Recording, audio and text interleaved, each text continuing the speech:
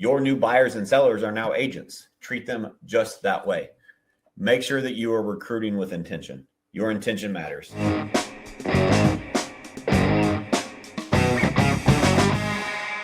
Hey everyone, Matt Smith here, Matt Smith Real Estate Group, all or nothing in real estate. I was going through some old content and found some great trainings that I'd done in the past that I wanted to share with you. So stay tuned. There's going to be some great content and it will reference some other things because we did do it in the past, but it's such great content. I wanted to share it with you all to make sure you had it. So stay tuned and enjoy the episode. How many of you constantly hear from people all the time? I'd love to be in real estate. I'd love to work my own hours and make all this money and just sit at Starbucks and sell all these houses because I'm wearing a name tag and I love looking at houses and I want to get in real estate. Like I hear that constantly. You guys hear that too? Something I hear all the time. And so literally this process of recruiting came from me hearing that message over and over and over again. And I wanted to have a way that I could deliver what it's like to be a real estate agent in a massive scale. And so that's what we did. So that's just a part of the process, but there's so much that intricate detail that has been proven that we've worked through, that I've helped some coaching clients work through, that has made this a proven process to help your recruiting game 100%. So first and foremost, here's my first rule. Everyone needs to know that you're hiring. If you want more real estate agents on your team right now, everyone in your life, everyone that drives by your office, everyone that sees you on social media, everyone that's on your email list, everyone should know that you're hiring. If your grandma walks into the grocery store, your aunt walks in the grocery store and runs into someone that happens to be a real estate agent, is she recruiting for you and saying, hey, you should join my cousin, my niece, my nephew's, whatever it is, however that relative stuff works, join my niece or nephew's real estate company? Like it needs to be that big of a message. Everyone needs to know that you're recruiting. Like literally get a TP sign. Have we got ours yet? To stick out by the road when people drive by. We're hiring for agents. Acquire within. Everyone needs to know. It needs to be a huge part of your plan because getting the right people in your organization is key, especially during these times. So we broke this down into a few parts. We're going to talk about why recruiting is important. We're going to talk about how we did it, the exact process. We'll drop some framework. We'll give you proven processes that we used. We'll share some lessons. Believe it or not, we made some mistakes along the way. You don't need a physical office, Adrian. Not required. Just a bonus. Not required at all. All this stuff is done virtual. So don't go anywhere because you'll get some value from this too. But mistakes and successes, believe it or not, we're not perfect. We learned a lot from this. And there's a lot of things we did wrong. And we'll kind of share those. And then we'll also share some other value adds as far as maybe the onboarding process, the interview process someone asked about. Someone asked about recruiting veteran agents. So we'll hit on all of that. If we miss any of that, we'll have time for Q&A at the end. And I want to absolutely make time to answer your questions. So why is recruiting important?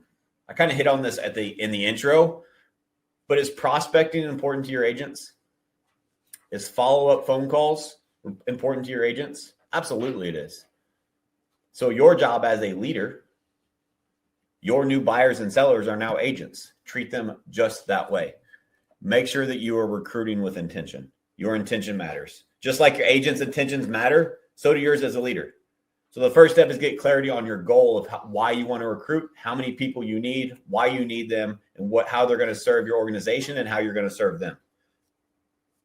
So I'll quickly go over a formula that makes it pretty simple. I'm assuming all of you, I'm going to make some assumptions, all of you on this webinar, if you're taking time out of your day to learn, you probably have goals set for this year. So whatever that transaction goal is for you this year, here's what I want you to do. If you run an organization, I want you to count every single agent that was on your team last year. I don't care if they were with you a day. I don't care if you hired them, they showed up at onboarding and left at lunch. I don't care if they were with your team the whole entire year. Everybody counts. Now I want you to find out what that number is. Now I want you to take all of your transactions that you did last year. So for us, it was 730 transactions. We divided that by our entire agent count and we got our per person productivity. But Matt, not all of them were productive. Tell me how you know if someone's going to be productive if you hire them. You don't know. They could leave the first day. They could be the most productive agent on the planet. So there's both ends, right? This is called averages. This is how you grow a predictable business. So anyway, that's the math. It's pretty simple, right? You figure out how many, instead of trying to, here's the game that I recommend you look into. There's a lot of coaches, there's a lot of people that are trying to increase per person productivity. And do I think skill sets are important? Do I think training is important? Education? Absolutely.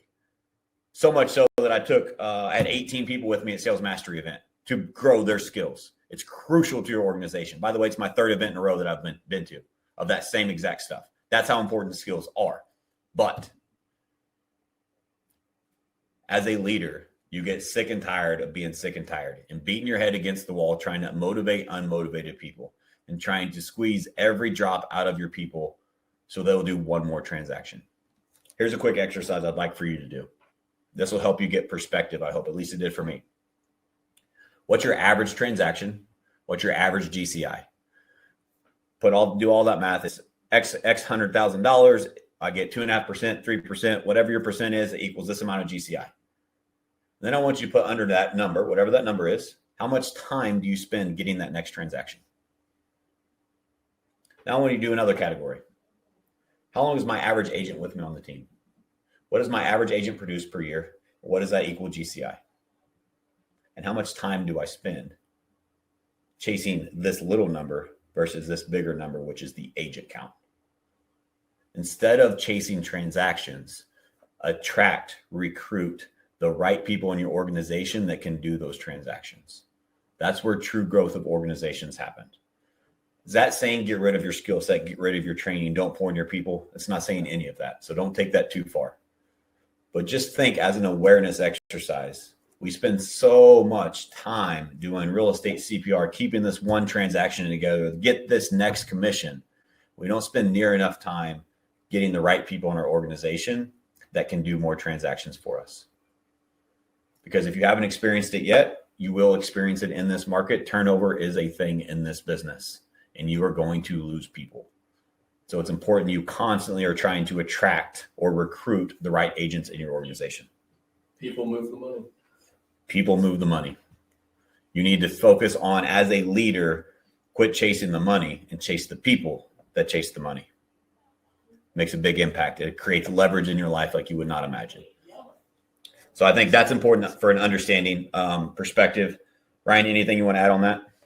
I think whenever you're looking at this, whenever you're running those calculations to see what your per person productivity is, it's important. The reason it's important to factor in everybody, whether they were on the team for a day, whole year, sold one house, sold 70, is, like Matt said, you can't predict it. And as much as you try to go through that process of, oh, well, they're on our team, so they're going to be productive. They're going to do this, this, and this amount. We made that mistake. Made that mistake. 100%.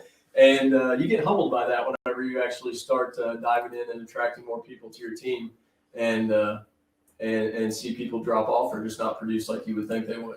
Well, so we created the perfect storm. So let me just tell a quick story. We talked about this just a few minutes ago, Ryan. Is a perfect storm is, here's the exact example. I'm jumping ahead a little bit, but I want you to understand from this mistake is, number one, we had in 2021, we had an organization that averaged 50 plus per person productivity. That's where we got our number 15 rank in the nation. Is we had 18 people and we did how many transactions? 767 transactions. Like, that's a massive business. And oh my gosh, Matt's got it all figured out. But here's the part that you don't see, and people don't give you the real story. What happened with those 18 people is I squeezed and pushed and pulled and got every transaction I could out of them. And they had made more money the last 2 years than they ever planned on in their life. And guess what?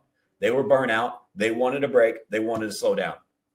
So does that mean I'm handcuffed as a leader down? I have to slow down my business? Or do I want to continue to grow to help other people? So the only way, if it hasn't happened to you yet, I'm here to tell you it's going to happen. Life happens to all of us. There's going to be agents that leave. There's going to be agents that something happens in their life. Maybe they move out of the area. Maybe someone in their family gets sick. Like, be careful with the Navy SEAL model. I ran a Navy SEAL model and it worked great for a period of time. If you want a sustainable business, this is how you do it. No, I'm not saying create a body shop. There's a fine balance there. But it's very important you understand the why behind it before we dive into the how. All right. So I think I made it clear on the unmotivated agents. Here's what you need to do. You need to understand that this is the process. This is a funnel. And Ryan loves this analogy when I use it. But it's like if you go into baking a cake, right? If you look on the back of the cake box, you have to put in the flour, you have to put in the cake mix, you have to put in the eggs, you have to put in the oil, whatever, right? And you have to bake it for a certain amount of time at a certain temperature. Number one, if you skip the eggs, the cake tastes like shit. Don't skip steps in this process. It is proven. You have to follow it. Number two, if you bake it says to bake it at 350 degrees for 20 minutes, that doesn't mean that you can turn the oven up to 700 degrees and bake it for 10 minutes. The cake's going to burn. Follow the process. This is proven. So don't skip steps. And you have to do it all together as a package deal to get the proper results. So first thing that you need to do, create buy-in from your team. Your team has to understand the importance of growth. You have to deliver this message as the leader that I know you are on why it's important to grow. And they have to be bought in and understand that as we grow, we all grow together, and it provides more opportunity, not less. You have to be great at delivering that message, because if they are fighting against you, it's going to be very, very hard to grow, and they're not going to want to grow with you, and they're going to fight you the whole way.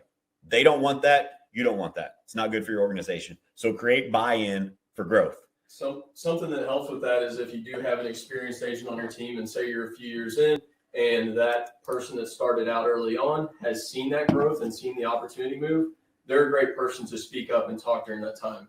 For me, I've been on the team since it was just me and Matt, since before we had a team.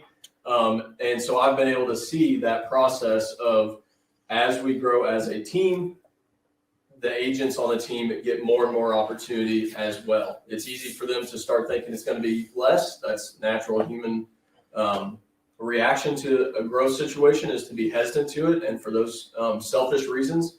But if you can have somebody that's been on a team, have them speak up and give real life examples of, there's just 2 of us, I sold 10 houses. There's 8 of us, I sold 40 houses, and actually see how that opportunity grows. That goes a long way with other people.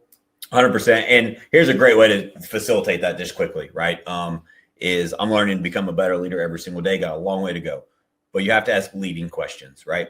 So raise your hand if anyone in this organization, raise your hand. Like, I believe that we have a great community, a great culture. We have a family-like atmosphere here at Matt Smith Real Estate Group. So I'm just curious, raise your hand if someone in this room has had a positive impact on your life.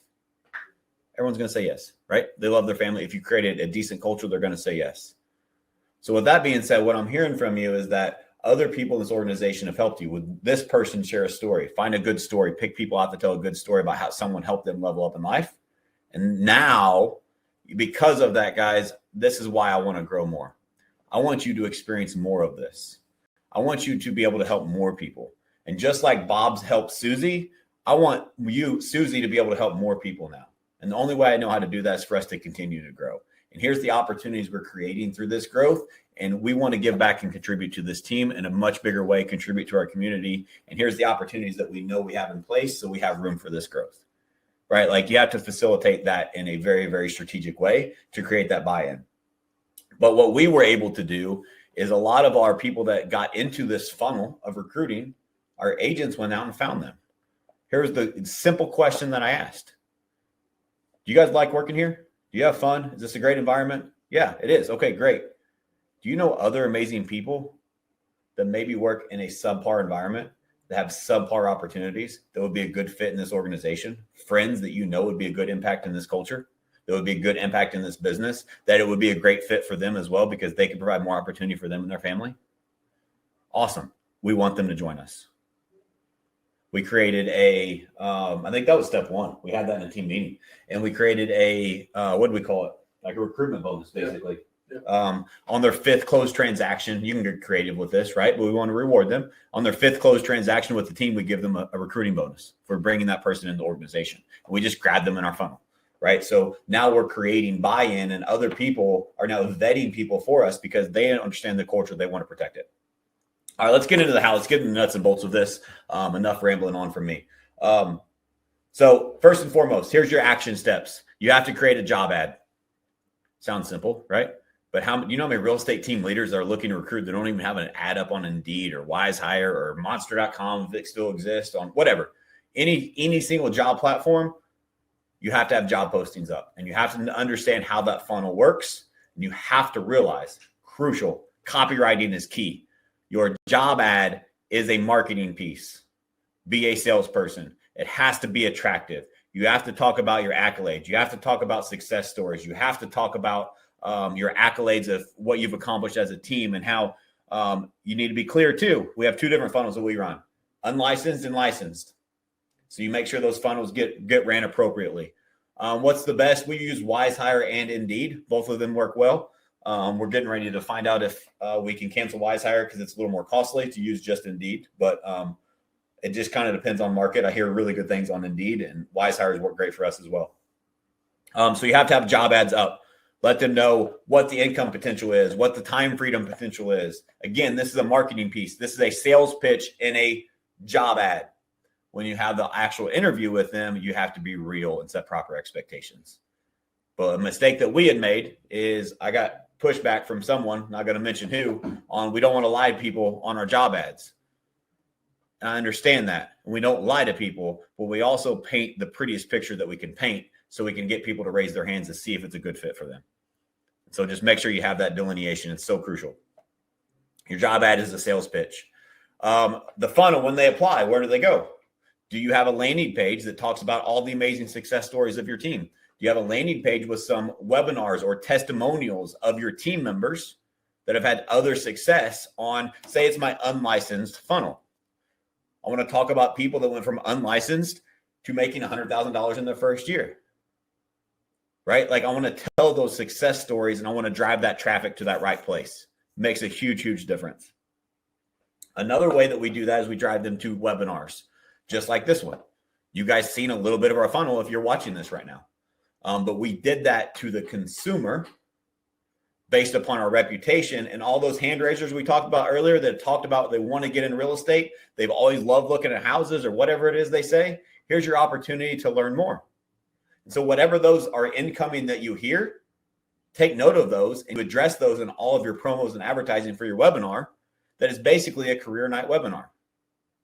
That career night webinar gets people interested that they can watch as a replay. Here's a mistake. Don't do the career night webinar at 2 p.m. Central Standard Time like we did this one, because those people that you want on your organization have a real job. I know real estate agents are at the office waiting on showings, and so they're able to watch this right now. But if they're not a real estate agent yet, they probably have a real job. You need to do it after hours where they can actually watch that with their husband, their wife, etc. Right?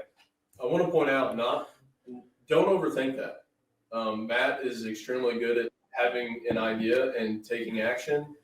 The first time we set up that day in the life webinar, it was a Sunday, and we did it on a Tuesday, I think. Thursday. So just a few days notice, just set it up, knock it out. And we had dozens of participants on that. We had 84 registrants on our very first one. We ended up offering 8 positions from the very first webinar we did. Right. And so, but it was because it was a message to market match. I had been taking inventory of all of these things, and all of our promos was talking to that audience that wants time freedom, talking to that audience that wants money freedom, talking to that audience that loves the look of houses, talking to that audience that wants to remove the ceilings in their life. All the great things that this career provides, that's what your promo is about.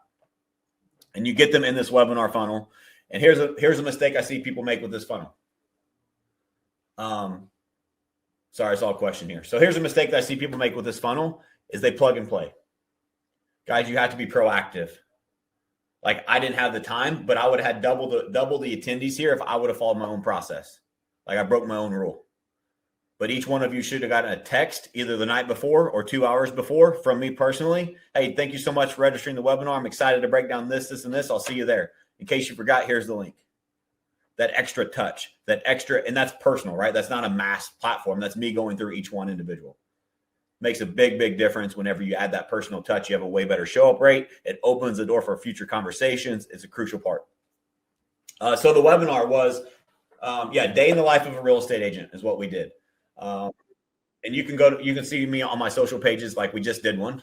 So you can go and follow the funnel there, see all that stuff there of what we did. And I'm going to break some of that down here for you. But day in the life of a real estate agent has absolutely killed it. Like we hear a lot of people do career nights, different things. I changed the name and the verbiage to attract a different a different audience because I didn't want them to feel like they were applying for a job. I want them, they're curious about what a real estate agent does. I'm going to let them know what a real estate agent does. Another important thing to look at is if you're doing webinars, another one that I haven't launched yet, but I have launched, I just haven't done it yet, is how to make $100,000 in real estate.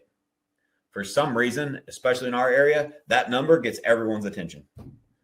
It's not super unrealistic, but for a lot of people, it's a life-changing number.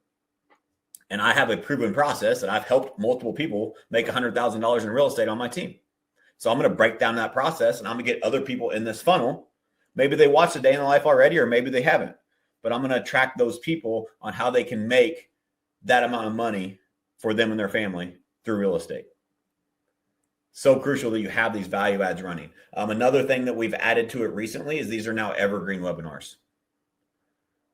So what I mean by that is there's cool software out there like the one that you're on right now. It's called Webinar Jam, that allows you to create these webinars. You do it one time and it constantly is rerunning. And you can set up the parameters. You can say it's always, every time someone clicks, in 3 minutes, the next one's starting, right? Be careful with that so it doesn't feel too inauthentic.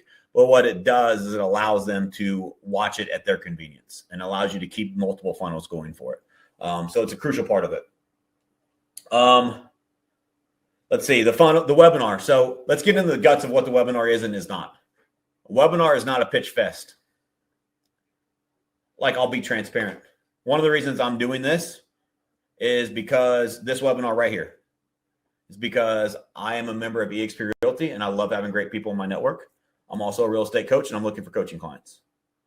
But if I came on here and all I did was tell you, hey, I'm pitching you for do this, this, and this, half of you would already left. By the way, I'm not going to pitch you for anything. I'm giving value. That's how the world works. I give you value. If it resonates with you, you'll reach out to me. It's the same concept. So be careful. It's not a pitch fest.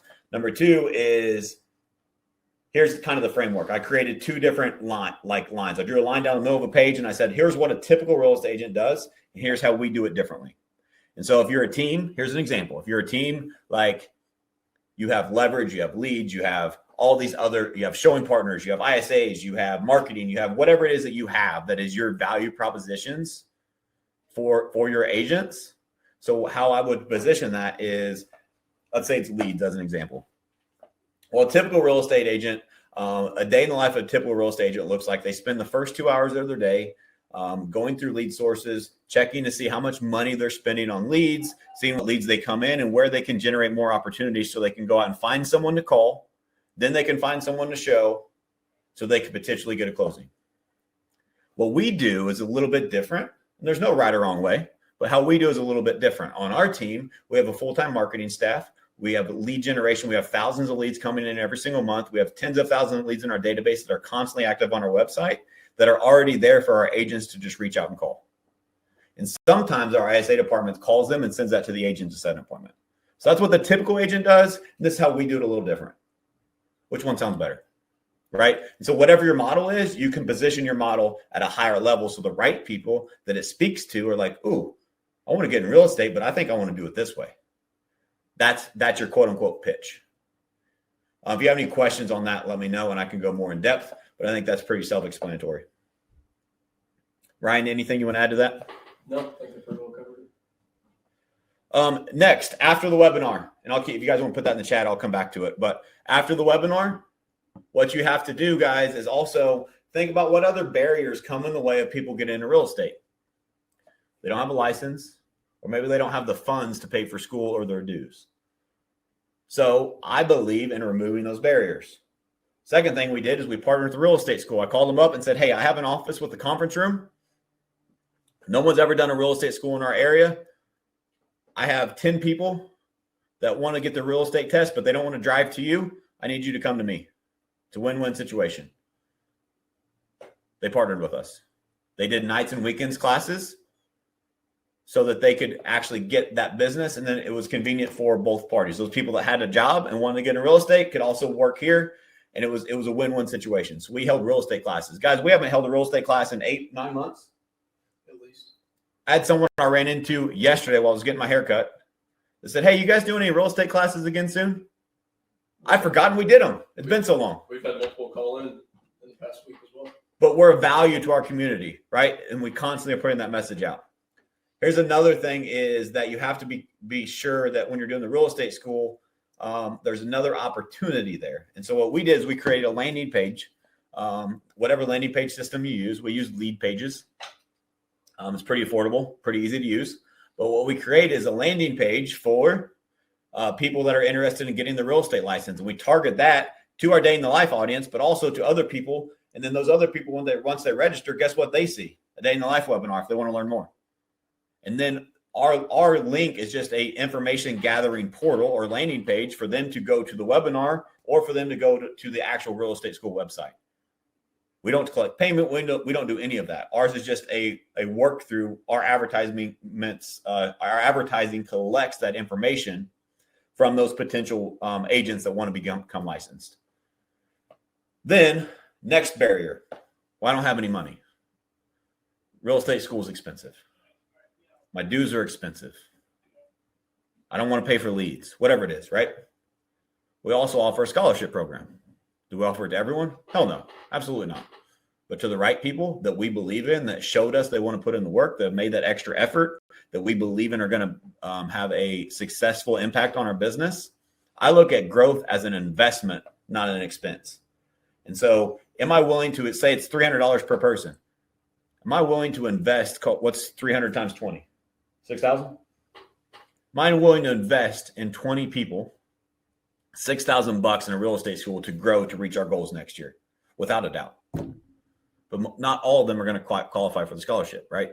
So it's something that we offer up front to remove those excuses, those barriers to entry that sometimes people see in real estate. And a lot of times in the Day in the Life webinar, I'll break down what that looks like, what it doesn't look like, so that they understand if they work with us, we can help guide them through that process and make it easier for them to get their license so that they can accomplish ABC through real estate. Just really quickly, another pitch on the Day in the Life stuff is get a newer agent or get a different perspective. Get someone that is, we'll come back to the criteria for scholarship. Make a note that we come back to that. Great question. We have actually a sheet that I'll share with you. But make sure that you have someone else that's a good personality that's going to attract different people, right? Like the last one we did, I had one of our newer agents that she was a single agent and then she joined the team. And so she was pitching the benefits of the team from her perspective and just gives a different angle. Makes it very valuable to your audience. Ryan, what else on that? Let's go back and talk about sending a video if they're interested. That's something we did that worked well. Yes. So at the close, thank you, Ryan. Guys, this is crucial. I want people that want to work with us. So what I mean by that is at the end, how you close the webinar is crucial. It's like, how do you close a prospecting call? How do you close a buyer's or a listing consult? It's closing matters, right? You're all salespeople. You should understand that. So how you close this webinar is crucial. So if I were to do it in person, it would be people that I pick out that are very, very interested, that I can read their body language, et cetera, because we are going to do an in-person version of this year also. I recommend you kind of think about doing a spin-off of that. But now I can pick the right people that have shown interest and I can pull them to a side. I can give them a free swag hat or shirt or a cup or whatever, something that is branded our company. And I can say, hey, I noticed that you were really interested. I actually, I really wanted to chat with you. You got 3 minutes real quick, and pull them somewhere to the side and have a conversation about, hey, I don't do this for everyone, but I noticed that you were really engaged throughout this entire presentation. I really saw you taking notes at this part, whatever part it was. Right. And so I think that, I don't know, I got this gut feeling that this could work with you and I. And so I just wanted to come and pull you aside and just say, if you're interested, we'd love to have an interview with you. We actually have interviews next week. Does Tuesday or Wednesday work better for you? Go for the close while you're there in person. So it's hard to do that via Zoom, but what can you do? There's a reason that I'm asking you guys to chat here. I know who's the most interested. I'm modeling this for you. Don't worry, I'm not going to bug and harass you. I appreciate your chats. But if this were that example, I know who is chatting what. I know who has good questions, who's engaged in this, who is interested. Like one of the questions I asked the audience on A Day in the Life is, how much money do you hope to make through real estate? What do you think the average home agent sells per year? How many homes? Like I ask them engaging questions, and so I can gauge their interest level. Like on a scale of 1 to 10, how interested are you in becoming a real estate agent? Like I'll do that in the chit chat before we get going. And now I know somebody that says they're at a 10, like they're on my list, right? And I'm going to be proactive. I'm going to recruit that person. I'm fishing with dynamite, right? But at the end, I want them to do something outside of their comfort zone to show me they're going to be committed to the business. And so you have to have a great presentation. It can't feel salesy. It can't feel like you're over pitching them. But at the end, you have a big ask at the end. And so here's my ask. Hey guys, thank you so much. I truly appreciate your time through this webinar. I hope it was informative. I appreciate all the interaction, the great questions. Real estate has been a life-changing career for me and my family and so many others on our team. I hope now you have all the information that you need. Here's what I would like for you to do. I know some of you are probably sitting there thinking, like, maybe real estate's for me. And maybe this is something that I could do. It could set me up for success. And maybe I could achieve this, this, and this for my family. Or maybe I could have the more time, or I could take my family on this vacation we've never been on, or I could start investing in our future. I could buy some investment properties. I could pay off this debt, whatever it is that you're maybe sitting there thinking. If that's you, here's what I would encourage you to do. Here is my phone number. I would love for you to text me a video text of what real estate means to you, why it's important for you to join this career. And also, if you're interested in joining our team, why would you be a good fit? See who gets out of their comfort zone to pick up the phone, send a video, and send it to you. Guys, we had 12 of those within the first 20 minutes after our first webinar. It makes a huge, huge impact. But those people are now hand raisers, right? They're not just sending a text that they're comfortable with. Like there's people that just send a text. I said, no video attached, right? Like that's how I responded, because that's not what I asked for. If you can't follow instructions, you're not going to make it on my team, right? And so I give them another shot. But there's also another software. If you're like a tech person, we use Spark Hire for that now. So the last one we did, we just sent the Spark Hire link. I think we created a QR code where they could do the video text, or they could do it. It's a video interview platform that they can do. We ask the questions, et cetera. It's all saved. And so it's the same concept, but it's just video. I want them out of their comfort zone. And I also want to see what they look like. I want to see how confident they are on in-person meeting with people. I want to see how quick they take action. It's a lot of tests going on. So what happens is when you're on a growing phase, sometimes you waste a lot of time, maybe interviewing the wrong people or having conversations with the people that you don't want to have conversations with. And I don't get to see them over the phone. I can't see them over an email. I can't see what they look like, how they react in a resume. And so video text is the way that I found to do that. All right. Matthew Walker, we'll get to that question at the end. It's a great question. I think there's a way that you can do both. And so we'll hit on that in just a little bit. Let's talk about mistakes, Ryan. I know we're perfect, right? So we didn't make many. Before we get to those one or two minimal mistakes we made, let's circle back to that scholarship criteria. Just real quick, and you can make this whatever makes sense for your team. Just kind of a broad guideline for how we did that was, of course, if we thought they'd be a good fit based on how they've been interacting and participating, their video messages that they sent. But the kind of the way we set that up was we would pay for their real estate school, that expense for them, but they need to get it done within a certain amount of time. So for us, that was 60 days. If they didn't pass the state licensing test and federal licensing test the first try, we'd give them another 30 days. If they ended up not being able to complete that, they would have to reimburse us. And then we also had some additional stipulations that if they did come onto our team, if they did not meet certain requirements on our team and left within the first year, or didn't meet other production requirements, then they needed to reimburse us for those costs. Yeah, so we tied it in. We made it pretty heavy in our favor. Are we frozen, guys? I see someone said we're frozen. Let's pretend not to move, Ryan, and see if they notice. I only see one comment of frozen, so I'm going to assume we're good. Or unless no others are coming through because we're frozen. Okay, we're good. Cool. Thanks, guys. Sorry, we had internet problems, so I just want to make sure we're good. Appreciate the feedback there. So that who was that? Tammy, that may be on your end. So guys, what we did is we really put the scholarship program, we used it as a marketing ploy, right? Like, hey, we're dangling this carrot.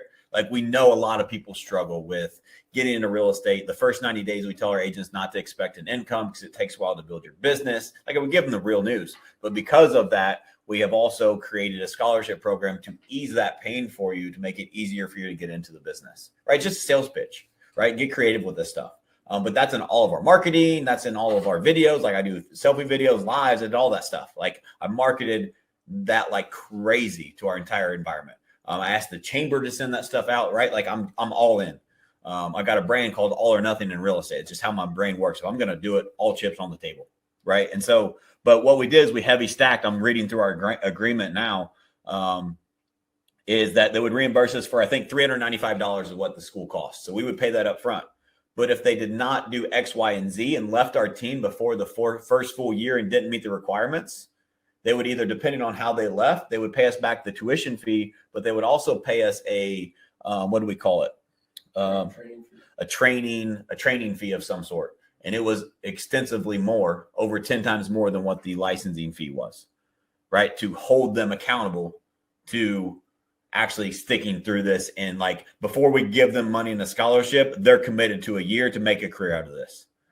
So we're not just giving away money for free, right? Like, we're making sure that they're committed to this business. And speaking of that tuition cost, speak with your local real estate schools that you're partnering with, because likely if you're going to bring them so much business, they may be able to cut you a deal on that cost. Yeah, we got a discount code. I think we got $100 off or something like that. So just work. Every school is different. We're not affiliated with the school. I chose not to for our state. And so it was just we were a work through, went straight to their stuff. But I'm using this as an investment in my growth, right? Let's talk about mistakes. Guys, here, I'll just be honest with you. There was so much shit on this that we just failed miserably at, right? 20 agents in 30 days, going from a 20 agent team to a 40 agent team overnight. Like, wasn't smooth sailing, right? So we learned a lot of lessons. Number one, your onboarding is crucial. You need to make sure that you have an onboarding process, someone that owns it, have a clear system and a clear process for your onboarding so that it's not complete chaos.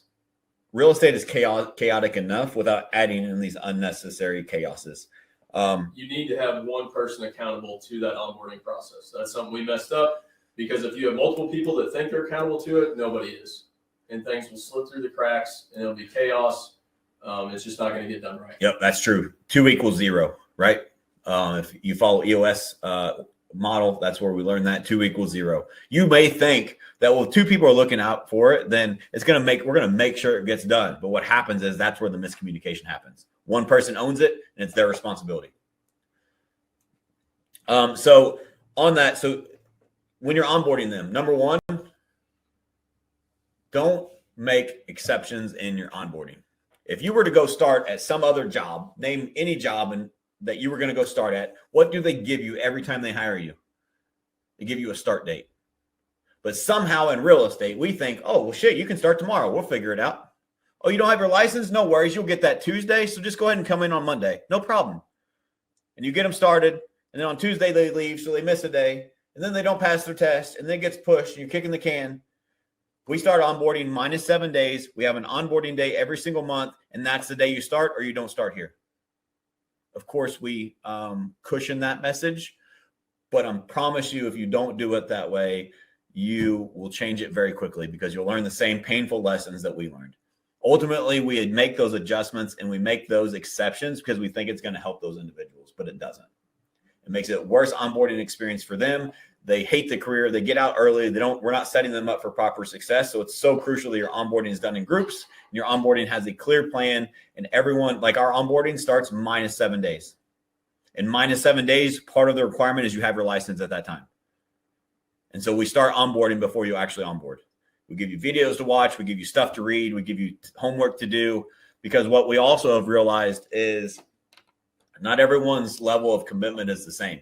And we want to test their level of commitment before we even waste time with them in our door. And I hate saying waste time because I don't feel like we're wasting time with anyone. However, I'm a highly committed person, but I'm only committed to those that are committed to me. And if they're not willing to show me commitment, then I can't meet them in the middle. And so like we asked them to do a sphere of influence list. We asked them to sign up on these websites, watch these videos that we can track to see if they watched. Just different little things like that to kind of get tested before they get their foot in the door. So we're not wasting our time, or we're not wasting their time with onboarding classes that are irrelevant because they're not going to make it in our team or in the business. I want to make sure to drive home this point of not making exceptions there. If you've got somebody that's been working, they've been working their ass off. So you're like, okay, they should get our onboarding date is Monday. They're taking their test on Tuesday. So like, we don't want to make them wait another 2 weeks or 4 weeks, whatever your timeline is. Let's get them in there. So they start on Tuesday, but they don't really start on Tuesday because now you're backtracking, getting everything to the broker. They maybe got to drive or take their results there to get their work permit. They don't have access to the MLS system, or they haven't done their local board onboarding yet. It just makes everything chaos and rushed, and things get missed, and it leads to a much worse experience for them, for whoever's helping onboarding, and it's not worth it. We've tried that. It took us a couple times to learn that lesson. Thank you, Ryan. Yeah, so crucial. Also, here's a mistake on onboarding, and this it goes into recruiting, right? But if you don't have a good onboarding process, here's what I found: is people will stop their recruiting because they don't have onboarding figured out. So onboarding is a part of recruiting, and you cannot convince me otherwise. Because if you don't have a dialed-in onboarding system, you're not going to recruit at the level that you could recruit at. So onboarding is crucial. Don't get me wrong. Don't stop. It's never going to be perfect. Don't stop recruiting. We made that mistake too. We'll get into that in a second. But you have to set proper expectations with these new hires. There's a difference in an interview and selling them to be part of your organization to, all right, now it's go time. We both agree this is a good fit. Here's the real conversation. Here's what real estate is. Here's what it's not.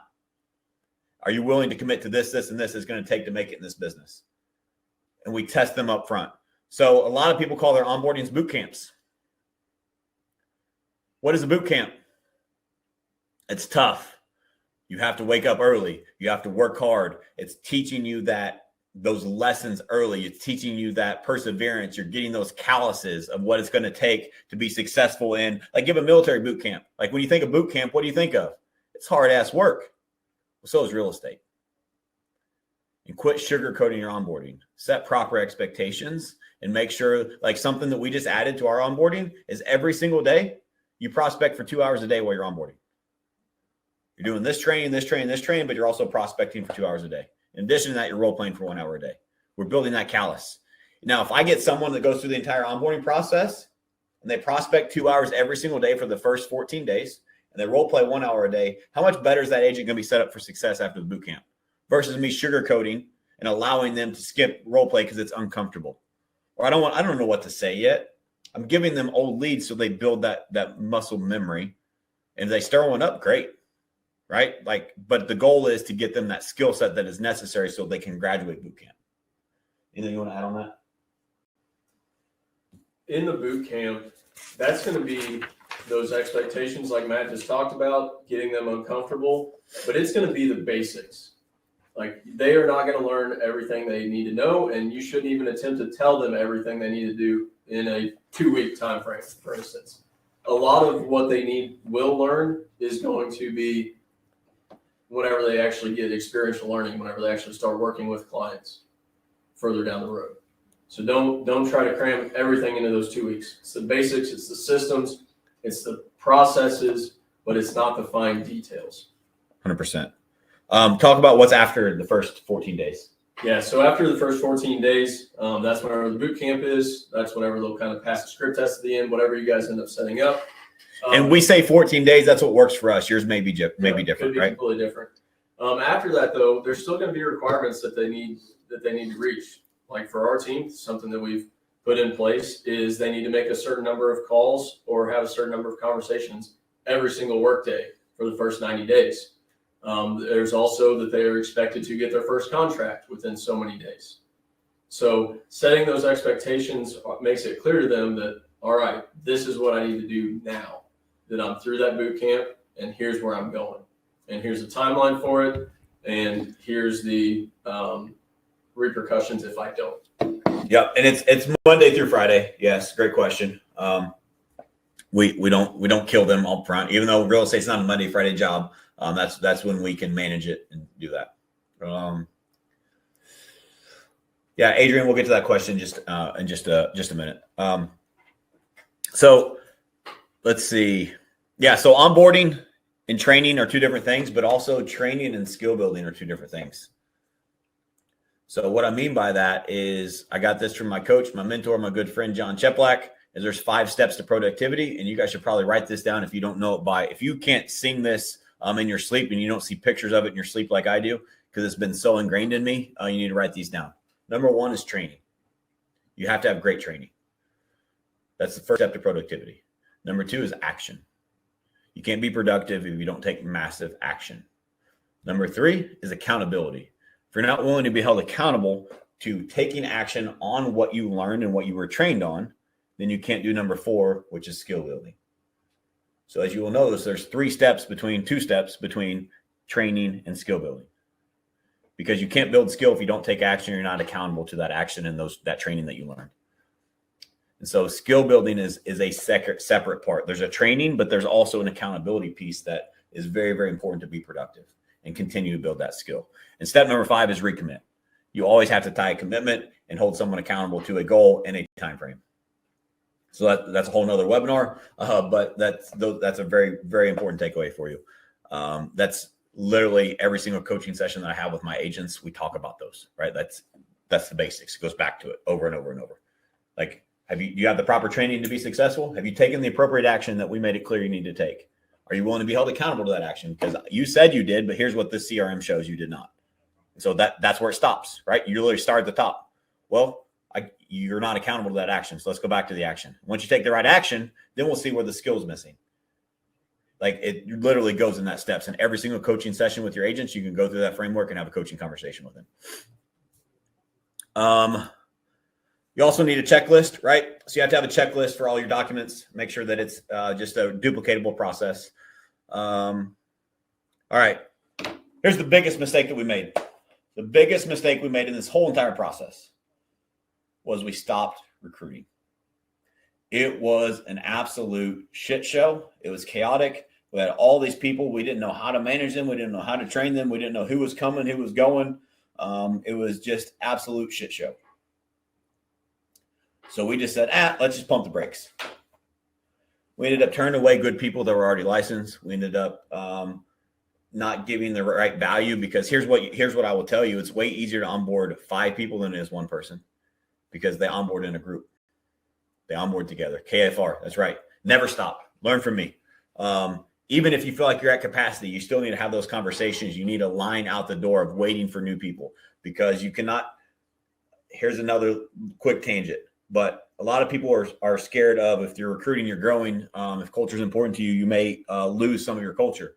I was challenged from this on stage, and a very, very great question was asked. You're talking about you're going to double your team size. Imagine that. I said something and we followed through and did it. It's called commitment.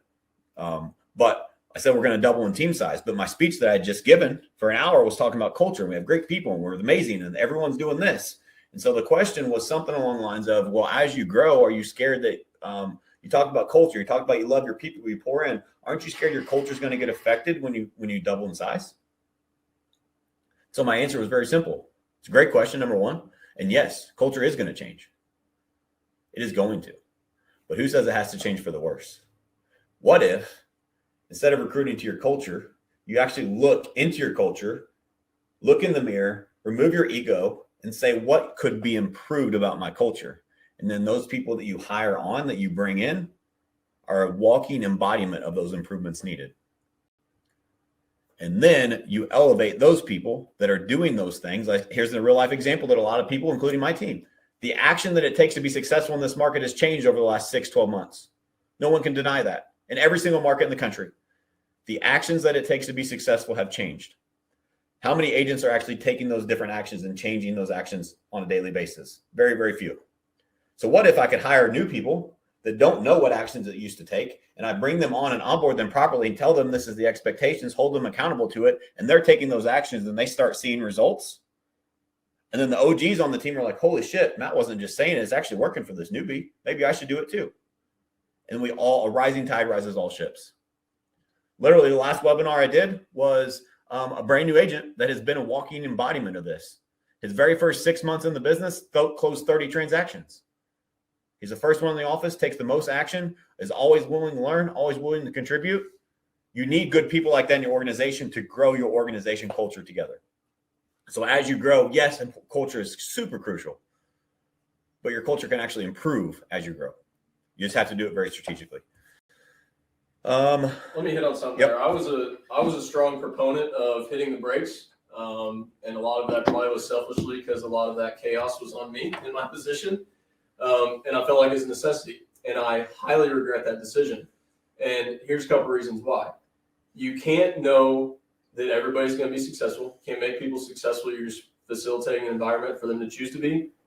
And by pausing our recruiting, we, like Matt said, turned away people that would have been a great fit and never found out about other people that could have been a great fit.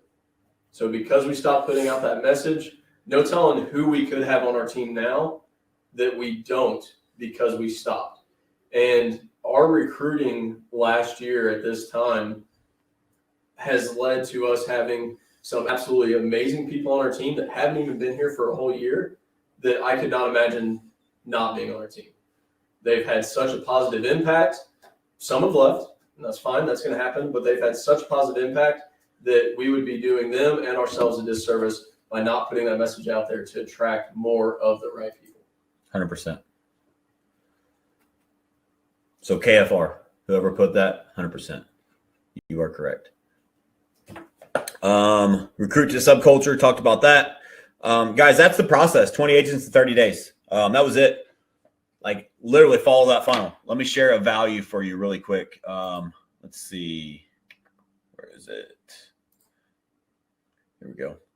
Let me hit on a couple things real quick. Yep. To kind of wrap that part of it up is everybody you bring on is not going to work out. There's multiple reasons that can be. Some of them are they just got into it and straight up don't enjoy the work of a real estate agent. That's not bad on them. It's not bad on you. They just took getting into it to figure that out. Some people you found just weren't committed enough to the process to find any level of success. Some people you brought on turned out to not be a good culture fit, and you may have had to let them go or have them realize that they weren't a good fit. Also, sometimes people come on thinking they're in a good enough financial position to get started in this business and weren't. So they financially had to leave before they really caught that momentum to start getting a business built. You're going to have that turnover. You're going to have those people leave, but you can't find the great people that are going to have that positive impact on your team without going through that process and a little bit of that disappointment of people not making it long term. 100%. Thank you, Ryan, for that. Guys, I'm going to share my screen. You guys see my screen okay?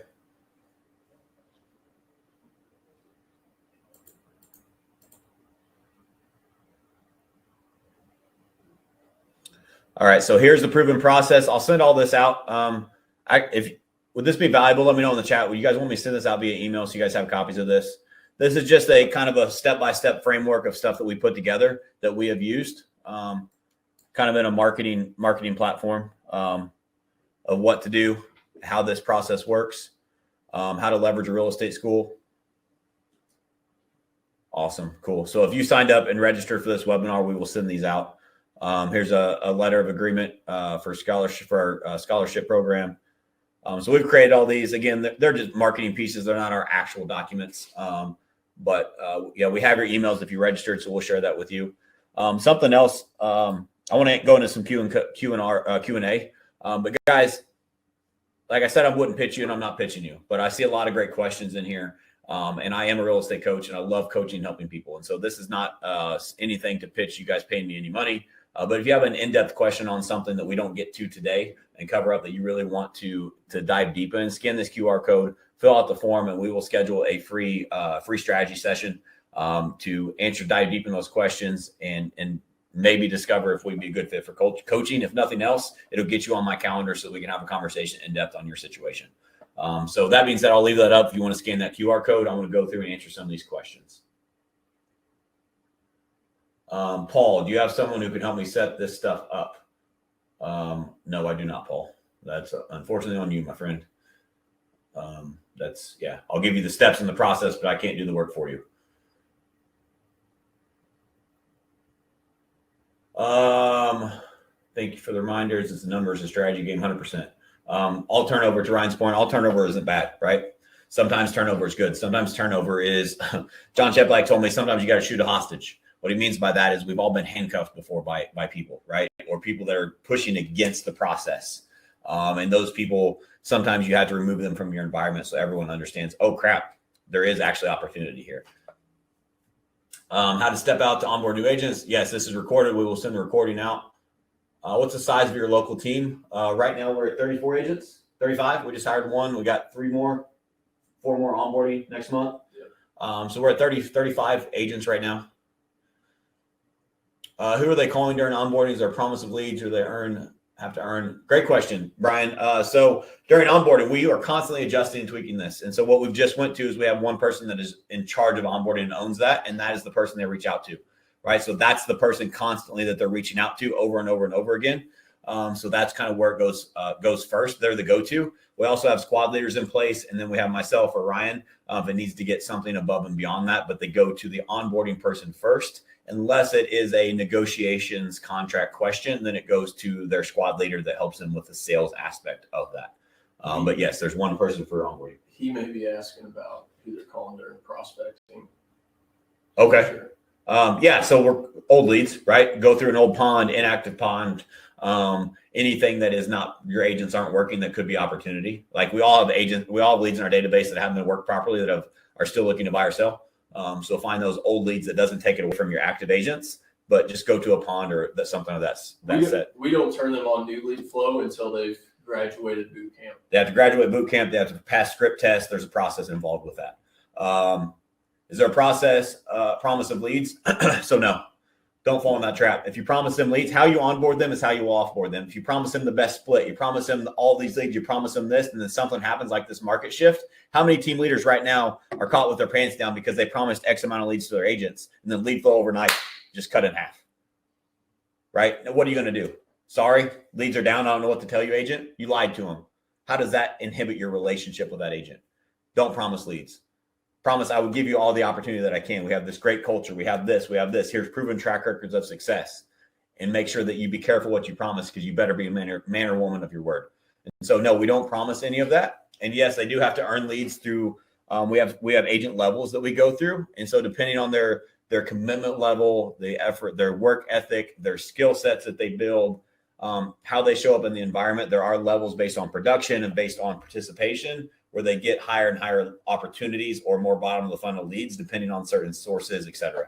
But they do have to earn that through onboarding. And we have a high level of accountability on the backside that here's how we operate our leads. And so these are all team leads. And if you want to keep those team leads, you fall within this framework. And everyone's very transparent on the same page of what those rules are.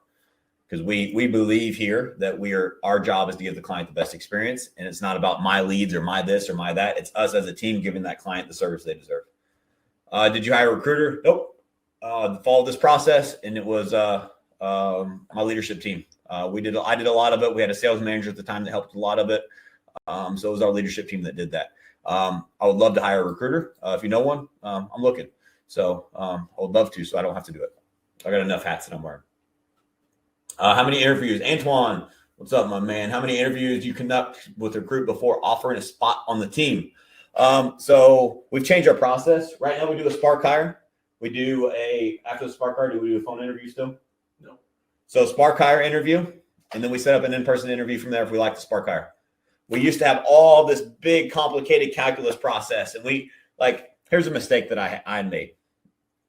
I remember catching myself saying it in my onboarding class 101 because I do the first class with the agents. I want to tell my story and them to feel my passion for this business, right? And so part of that I would say, well, you guys understand how hard it was to get a job here. Like one day I just caught myself. I'm like, why in the hell am I making it hard to work here? Like I'm wearing that like it's a badge of honor. Like we make it so difficult for you to work here.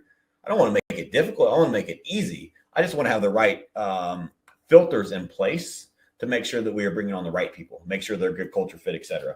And here's another thing. I meant to mention this earlier, but let me just tell you this. Your picker is broken. Your picker is broken. You don't know who's going to be successful in this business. You have no clue. We've all had those people we got on. We're so excited. They're going to crush it. And they come in and fall flat on their face. We've also had those people who are like, oh shit, I need agents. I don't really know if I should hire this person. And they come in and just absolutely dominate, right? And if you don't know, believe me, that's how it works. You don't know until you know. And so give them an opportunity, set clear expectations, hold them accountable, hire, I used to say hire slow, fire fast, hire medium, and fire fast. If they're not falling within the expectations, give them an opportunity to correct, but get rid of them if they're not a good fit. But give them an opportunity. I want to share something else too. Let's see. I want to also share, we got another webinar that we're doing too, guys. So our team actually, I'm going to keep going through the questions, but I just want to give you guys first dibs to sign up for our next webinar. If any of this was helpful, you want more information, I'm committed to giving back to this industry. And so maybe you can benefit. But in the month of December, our team set 103 appointments in 4 days. Again, not bullshit, not clickbait, true proven process that we've done. I've zoomed into a couple of teams and shared this process that they really enjoyed. And so I'm going to do it to everyone. We have broken it down in 10 steps, how we created that, what we did wrong, what we did great, and how you can learn from it. And so scan that QR code if you want to go ahead and sign up and register for that webinar. We're doing February 9th, it looks like. And so on the interview, Antoine, in person, if we feel good about them, we'll offer them the job on the spot. If it's something we need to talk about, we talk about that as a leadership team and make a decision and get back to them. But we used to require a disc. We required this big application, then a resume, then this, and we just eliminated most of that because ultimately we can't tell who's going to be successful until we get them in the environment. Can I ask what you tell them to prospect besides the old leads you give them? Number one, Adrian, we have tens of thousands of leads in our database, so we have plenty of leads for them to call 2 hours per day. But part of the requirement too is to bring 50 sphere of influence, and they have to contact each and every one of them. So that really takes up a lot of their time too, and we give them a script for that to make sure that they are letting everyone know that knows them, likes, and trusts them, that they are in real estate, and here's how they can help. Let's see, making sure I didn't miss any questions. So is this most effective for building a traditional team? Do you find this as valuable for building your revenue share network? So great question. I think some of this stuff is designed for my traditional team, but you can also do that. I kind of gave you my secret there, right? Like my subtle play here is hopefully some people find enough value from my webinars that I do that they want to partner with me on a deeper level. And one of the ways to partner with me on a deeper level is through coaching or through EXP partnership. And so I think you can do it for both. It's just a different perspective there. Ultimately, it has to come from value first, and that's how I look at it. And it's just whoever's watching, it just comes down to what their needs are. Mm-hmm. If we'll be a good fit, awesome. If not, I'll do another one, and hopefully the next webinar is valuable for you as well. Yeah, I think we answered that.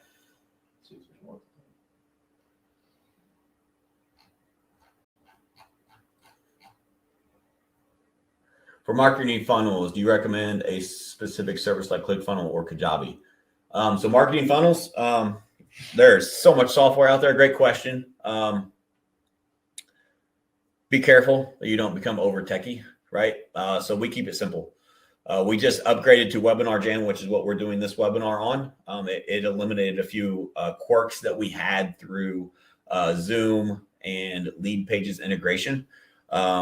So I highly recommend Webinar Jam. It's been great for us so far, but we use Lead Pages for a lot. It's very, very cost effective, very user friendly, creates a lot of landing pages that you can use it with Zapier to integrate with different things. And so what we had used first was Zoom webinars, Zapier to integrate Zoom webinars to Lead Pages, which is where we captured the information. So ClickFunnels is expensive. Kajabi is pretty expensive and they're pretty high tech. Webinar Jam, we're looking into this on our next webinar, also has a spot where you can do landing pages through their software too. And so if it's an all-in-one platform, it's always better. It just depends on cost and what you're looking for. ClickFunnels is a great tool. Kajabi is a great tool, but I've not used either one of them. And I think they're excess for marketing funnels for this sort of thing. When we moved to EOS, year and a half ago. Completely changed our business, completely changed how we do things, positions on our business. If you're looking into it, I recommend reading a few books that they have. One of those is What the Heck is EOS? One of them is Traction, and another is Rocket Fuel. I would start with what the heck is EOS or Traction. Traction probably.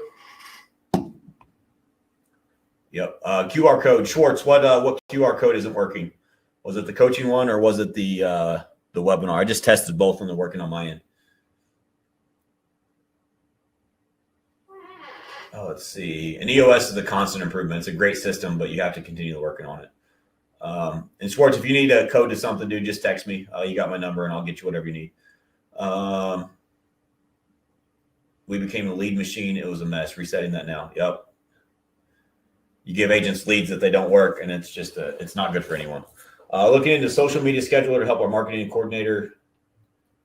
Yes, we do. I just don't know what it is. Amanda, reach out to me through one of those links or send me a message on a social platform that you follow me on, and I'll be happy to connect you to our marketing director so that you can figure out what those tools are, because they do all that. I don't know what it is, but there is a scheduler that we use. We have 6 people on our marketing staff now, and so a lot of that is planned in advance when we build those funnels. So I'm happy to share that information. I just don't know what it is. So reach out to me and I'll get you that info. Paul, email me about your coaching program. Paul, I'm going to pull the QR code back up, my friend. And if you're interested, just go ahead and scan that QR code. Take 3 minutes to fill out the form, and we will set up the call.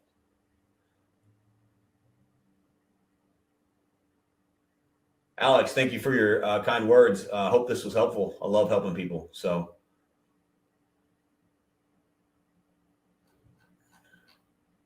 marketing staff in-house or VA, both.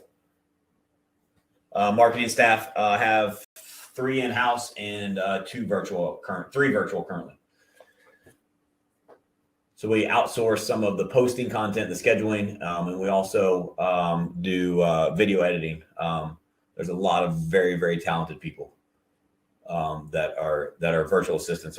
We call them our international team. They're phenomenal, do an amazing job for us. Coaching links back up. Is it working now?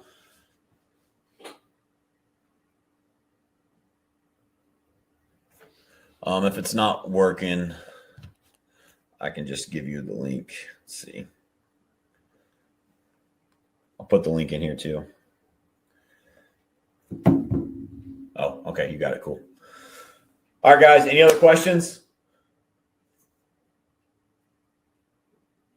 I appreciate you guys attending. If you also, I feel like I said I wasn't going to promote anything, but this is all free stuff, guys. If you want some more information like this right here, this is our link tree for my All or Nothing. Yes, this is recorded, Steve. This is my link tree for All or Nothing. You can follow. I do a podcast every single week. We do a lot of these webinars. We do a lot of this stuff. So if you want to follow us on social, you want to reach out to me with those questions more in depth, you can follow me on all platforms here, or whatever platform you use. Sign up for the next webinar. There's coaching opportunities there. All of it's there. So just go ahead and scan that if you want to follow, you want more information, and we will catch you guys at the next one. Appreciate you. See you guys.